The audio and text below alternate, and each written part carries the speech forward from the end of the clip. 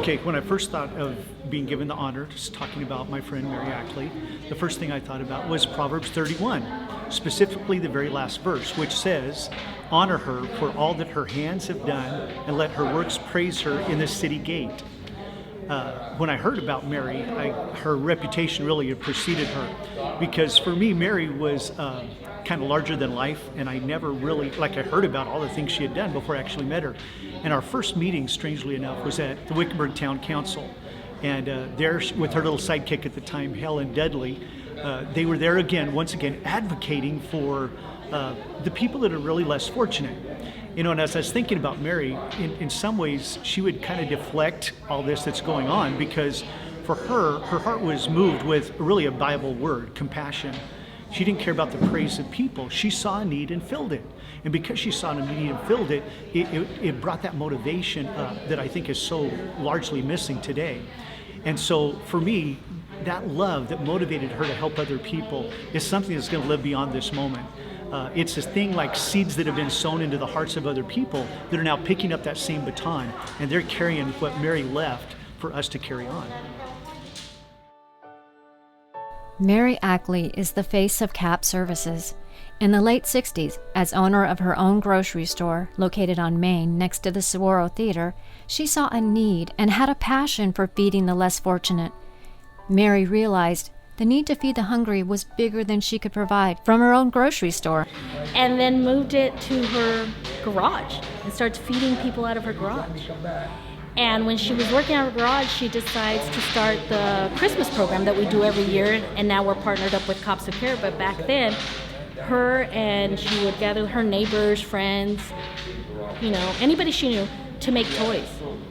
And they would knit dolls or sew dolls together, and the guys would make the wooden trucks for people, and that's what they gave out. It was truly a community effort, and it was her that started that. And then she started the back to school program. So now it's something big here, but back then she went house to house asking for the donations, and eventually started the group. And WCSC started back in around that time, 1968 or so that people had a place to give donations that weren't going to Miss Mary Ackley, but something, so people knew it was for the community. But she kept everything local. I remember when my mother used to manage the Saguaro Theater, which is on the block of Valentine and Highway 60 now, and on the other block across the street from Valentine was Brian's Groceries. And when my mom was doing bookkeeping, she would often send me at least once a week to Brian's Groceries. And she'd give me a handful of coins, and she'd say, "Molly, I'd like you to get me a half gallon of milk and a loaf of bread. Go directly there and bring back the change." And I was just thrilled to death to have this responsibility. So I'd skip on out the Saguaro Theater and down the sidewalk, stop, look both ways on Valentine, cross the street, and then there'd be the screen door to Brian's Groceries. And you'd pull that open. With our beautiful weather, it would often just be the screen door, and the little bell would tingle. And this beautiful statuesque woman, the sweetest smile on her face, would say, "Well, hello, Molly. What do you need today?" And I would say, "Well," and she's Mrs. Harrington then. "Mrs. Harrington, my mom sent me to get bread and half gallon of milk, and I need the change." And she would just walk properly to the aisle to help me get the bread, get the half gallon of milk, and then we'd go up to the counter, and I'd take my handful of coins and pop them on the counter, and again repeat, "I needed the change, no powdered donuts or anything like that today." So she would say, "Oh, well, I understand, Molly." So she would sort through the coins and slide me the change and give me the bag of groceries that I bought. Then she'd escort me to the screen door, slide it open, and she would remind me, "Give your mom the change, Molly, and look both ways when you cross the street." And I would skip back to the swirl. And this was a memory I had of Mrs. Ackley when I was a child, and it's just a personality in our community, a mom who looked after our neighborhoods and provided groceries, and had a good feeling when I was, shopping at Brian's Groceries. Well, my first memory would also be of Brian's Grocery. I grew up in downtown Wickenburg, across the street. They took over what was the post office at one time and operated Bryant's Grocery. And I had the pleasure of going all through school here with her oldest daughter, Lorraine, who we lost several years ago, but she was a delightful little redheaded gal. And Mary's, I don't know if she was the favorite or not, but Yes, she was. and I also know Mary as an adult. I've lived in Wickenburg most of my life, and Mary has been a part of that life, always making Wickenburg a better place. I found her to be kind, considerate, and smart.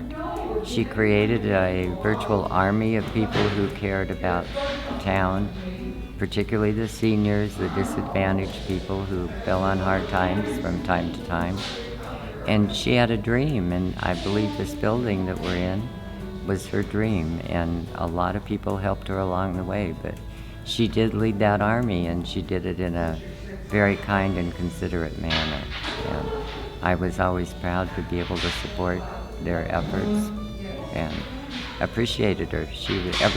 I never heard an unkind word said about Mary her whole life. My memory of Mary consists of as a child and also as a professional adult. Just as what has been shared before, Brian's Grocery was a great place to stop in, whether you were going there prior to the movie at Saguaro Theater or after the movie, or accompanying a mother or a grandmother for some great groceries. But always fond memories of that period of my life. When I came back home in spring of 1988, one of the very first people to greet me was Mary Ackley. And as a high school student and now as an adult, her mentorship meant so much to many of us. Her drive, her love of her community, her family and friends really supported anything that she brought to, whether it was the town council or the Chamber of Commerce. When she needed support, we were there. As a student in the high school, we had the opportunity to work with Mary for the first boxes that were put together regarding the need during Thanksgiving. And many of us then not only filled the boxes, but we then delivered them for her.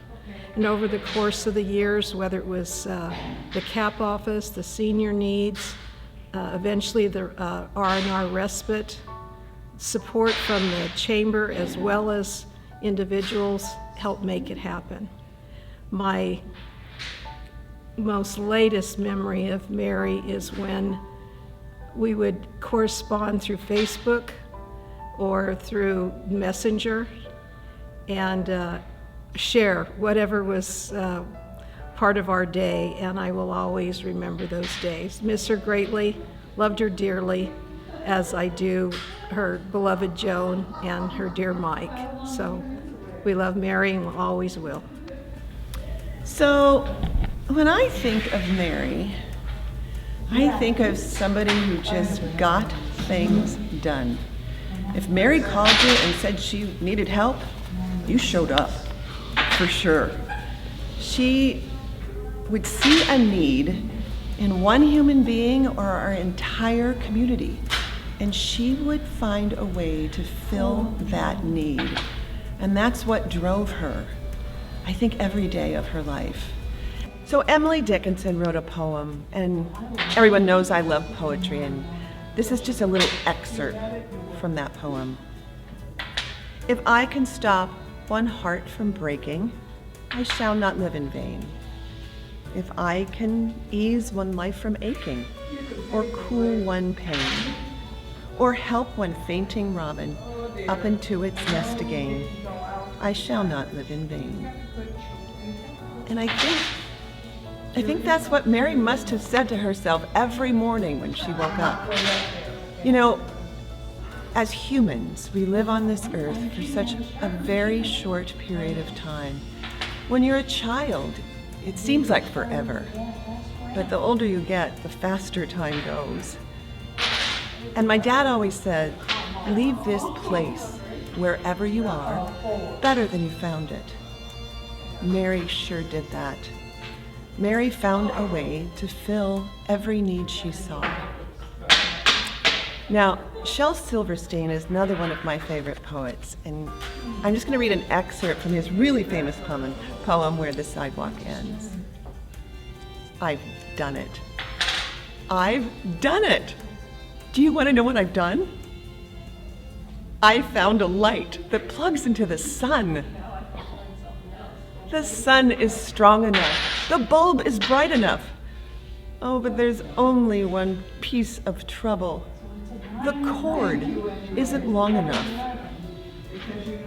Mary would have found a way to make a cord long enough and fix that. Use your life for good. Maybe we should wake up every morning and say to ourselves, what would Mary do today?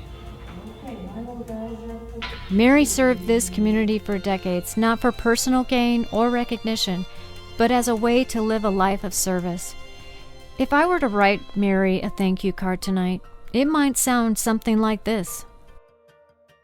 Dear Mary, I wish to thank you and express how grateful I am to have known you. Your compassion was needed and appreciated by many. The inspiration and devotion that you showed is a testament to your love of humanity. May God richly bless you and keep you. There is a quote from Martin Luther King that goes like this. The first question which the priest and the Levite asked was, if I stop to help this man, what will happen to me? But the Good Samaritan reversed the question. If I do not stop to help this man, what will happen to him? Ladies and gentlemen, we present to you Mary's children, Joan Paulet and Mike Harrington. Not with us tonight is Mary's late daughter, Lorraine Martin, along with all of Mary's grandchildren.